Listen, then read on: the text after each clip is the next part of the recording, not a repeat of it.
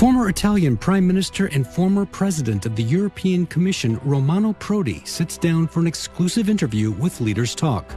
Having visited China dozens of times, he brings a unique perspective on the country's development. Now the value chain is in all the different production. Right. And this is unique. He stresses that Europe and China have never been adversaries.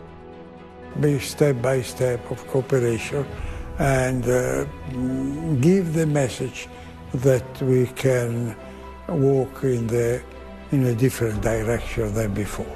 In his view, the international community should strengthen dialogue and seek common ground while setting aside differences with each other. My political idea is that you have to talk with everybody. Stay tuned.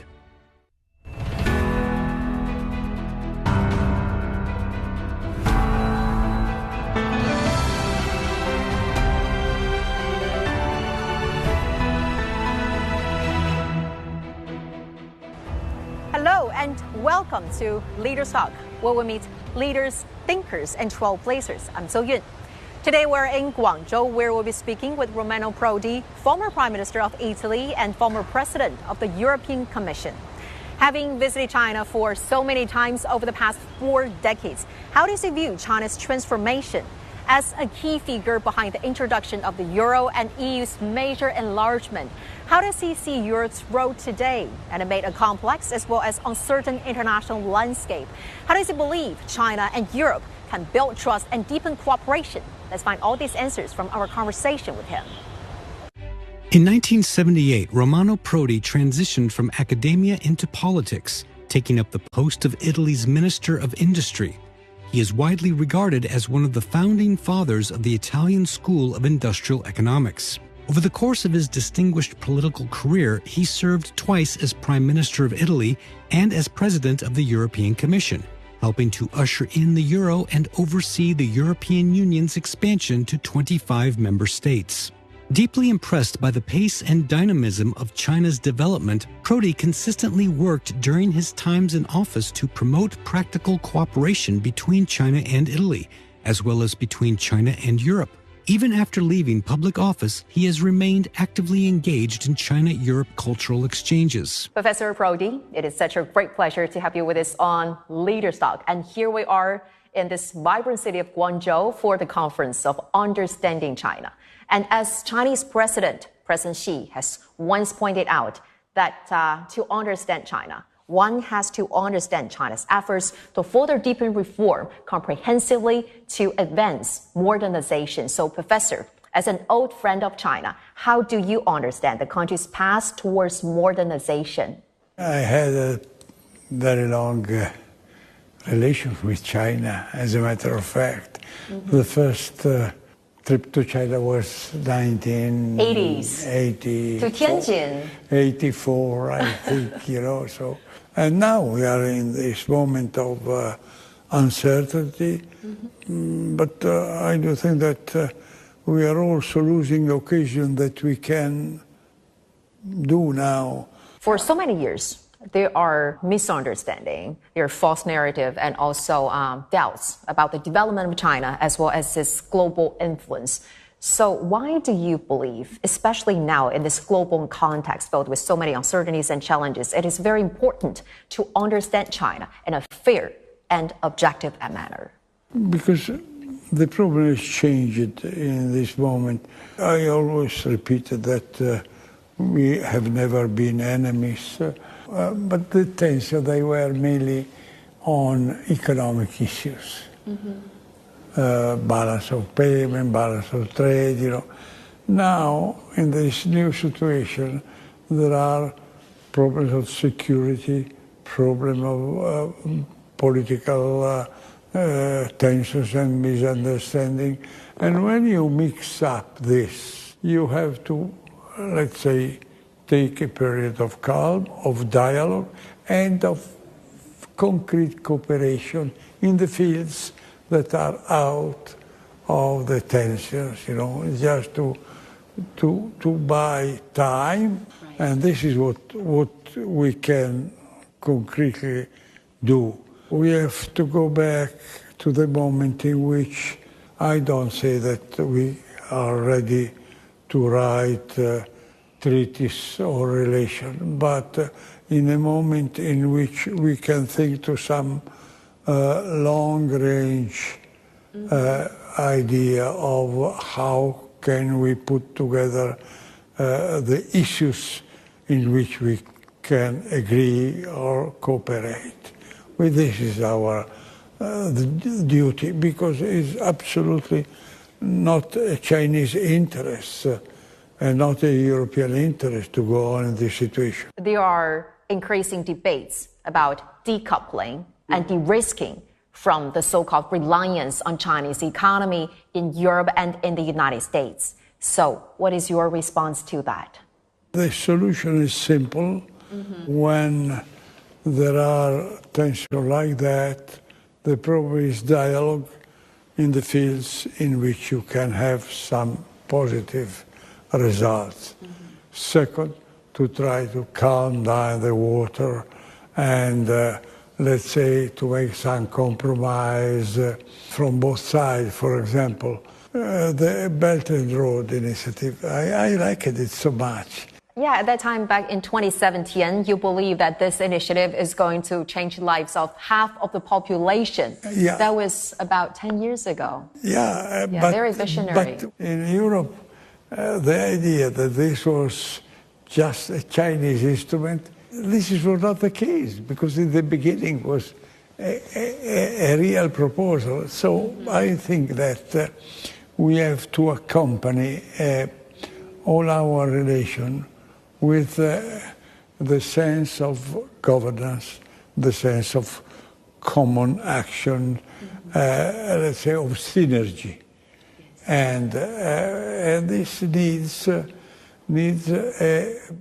daily cooperation, a daily comprehension, not only some sort of statement and then things go in the other direction.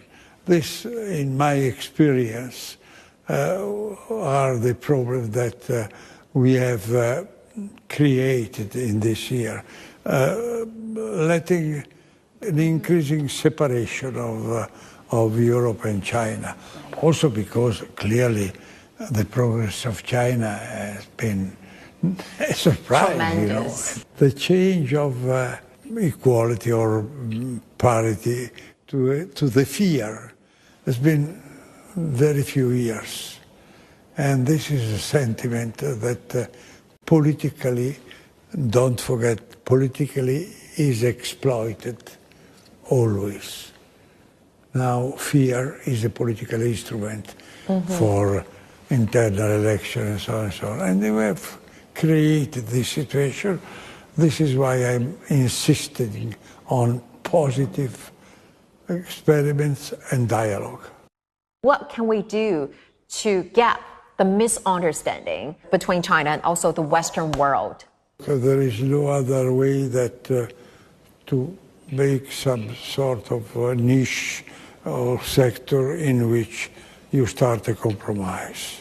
Let's say, it's not the moment in which we, let's say, embrace ourselves, telling that everything is, but be step by step of cooperation and give the message that we can walk in a different direction than before. This is what we have to do now, but it's important. This is why I insist on many exchanges that have not only an economic, let's say, goal, but also human friendship, cooperation, understanding. There is another point that we have to reform all the financial instrument of the world, you know, IMF, World Bank, and we can go on in this situation with the world is changing and they still divided between the United States and Europe, you know. And so on our side, we need to make progress in this field.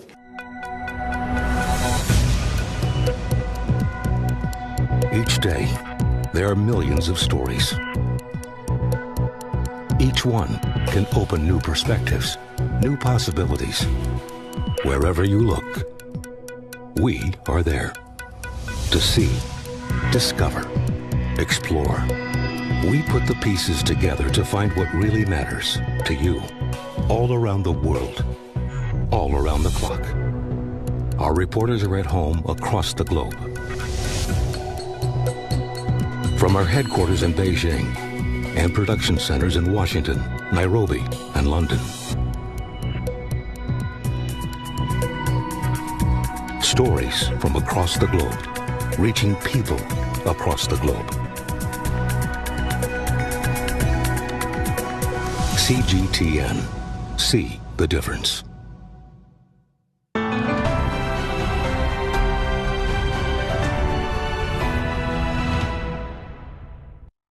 During his tenure as Prime Minister of Italy, Romano Prodi chose China as the first country outside Europe for an official visit, leading a large delegation of government and business representatives. He went on to visit China several more times while in office, taking concrete steps to advance China-Italy relations. Professor Prodi, as you mentioned, that you first came to China in the 1980s. The first time was to Tianjin, and you have since then returned many times, traveling extensively to different regions of the country. So, Professor Prodi, which aspect of the country's development and transformation most impressed you? Everything. Everything. It's not the same country. Look, if you take the technology and technology progress, yes. I am an economist. Nobody could have never dreamed of such a change. Everybody knew that China was efficient in production, in industry productivity, so on. But to increase the value chain, as China did, in the very high tech, this was not, let's say, in our forecast. When I observe the Chinese society, I think that the technology is spread among people more than in Europe. Let's say the absorption of the new ideas, of the new technology, in this moment in China is very quick. In some of these fields, the primacy has been achieved much time before I could imagine. Mm-hmm. The peculiar of China that you produce from garments to all the most sophisticated goods, mm-hmm. and you put them together. This is something absolutely new. Mm-hmm.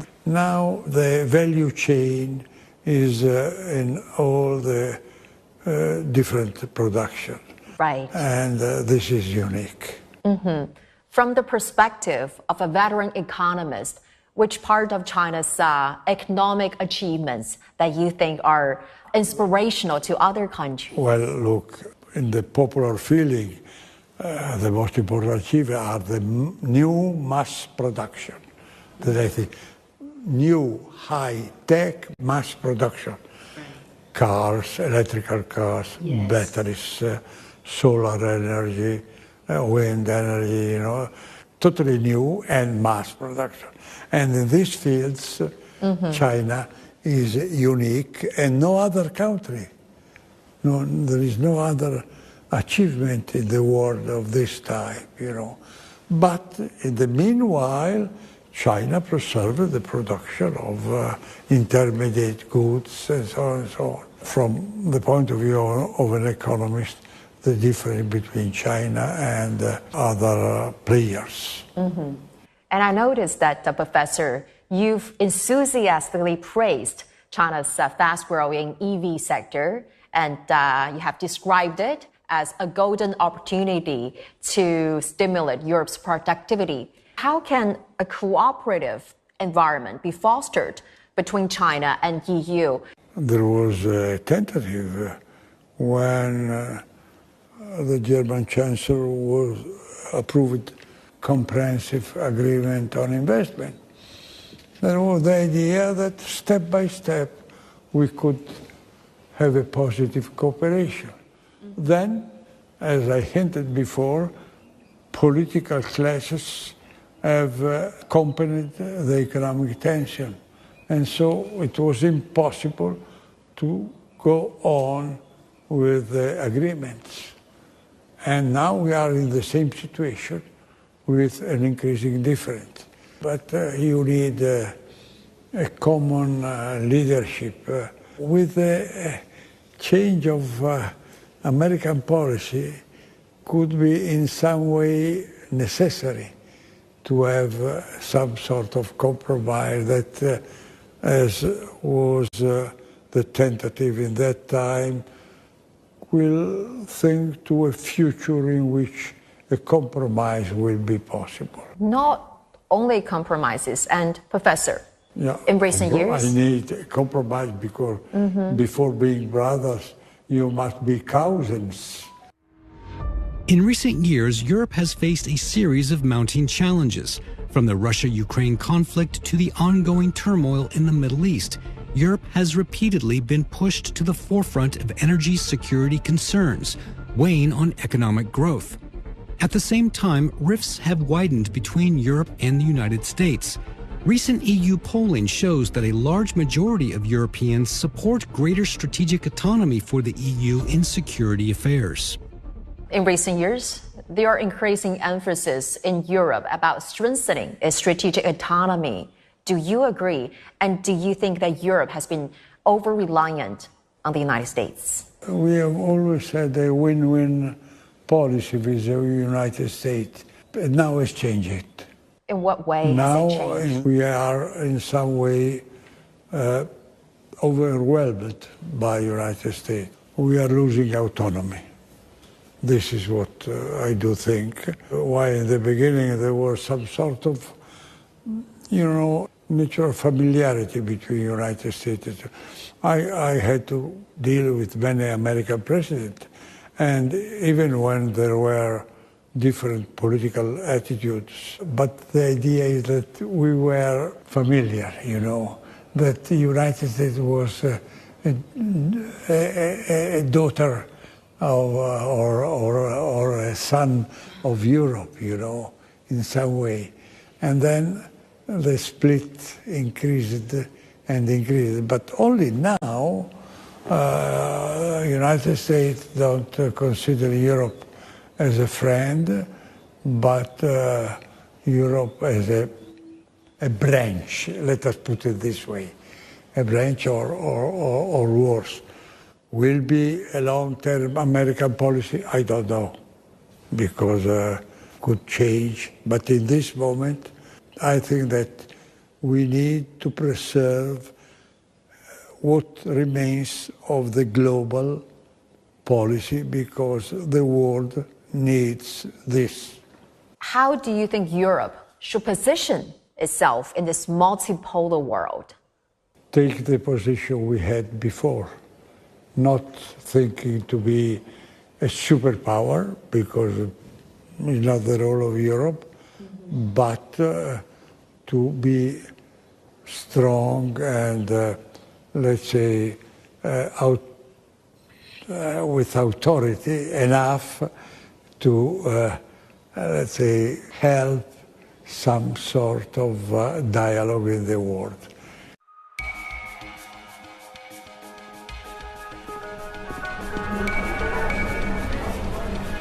You're watching breaking news on CGTN.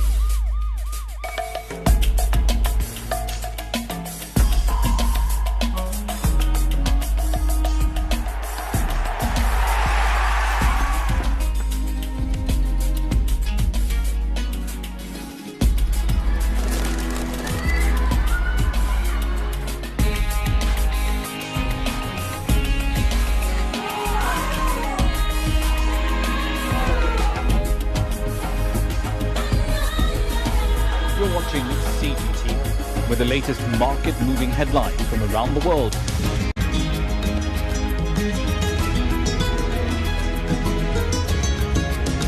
Welcome to the World Today on CGTN.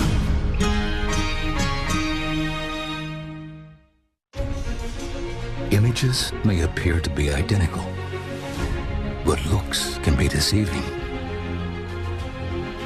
The difference is not always obvious. It has to be discovered. There are always different sides to a story. We put the focus on the details. To see more, to understand better. CGTN. See the difference.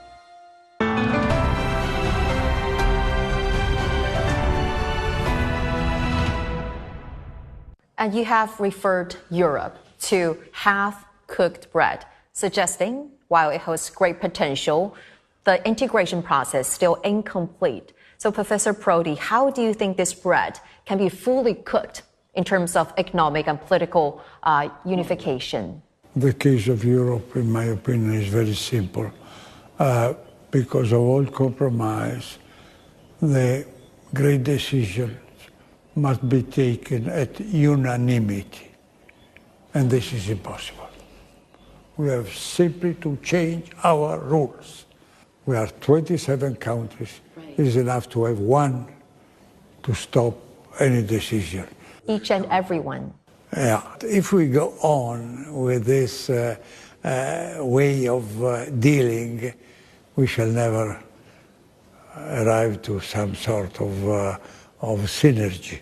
Professor, what is the number one challenge faced by Europe that worries you the most? The unity of Europe. I was telling you that our problem is unanimity.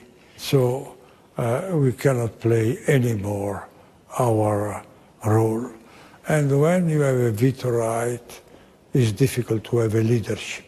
Mm-hmm. A leadership means recognizing some sort of unity, you know.